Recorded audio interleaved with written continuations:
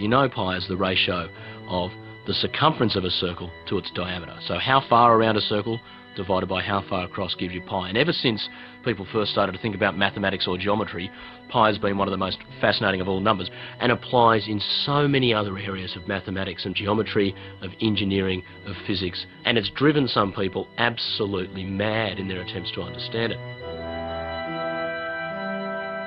Mathematical disc jockey Adam Spencer is a big fan of pi, a number that appears in the weirdest places. For example, take the sort of windy rivers that flow across gently sloping plains. It's not exactly clear why, but measure the actual length of a river, divide it by the distance from source to ocean as a crow flies, and the result is, on average, pi, 3.14. Pi. It's a God-given number, and it appears everywhere from probability to pendula, as pointed out by maths enthusiast Rob Easterway.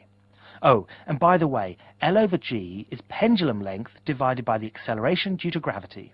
The pendulum's swinging quite free, then it's always a marvel to me that each tick plus each tock of the grandfather clock is 2 pi root L over G. Now maybe it's not such a surprise that in a pendulum you've got pi, because after all a pendulum is a fixed stick and it's creating a bit of an arc of a circle.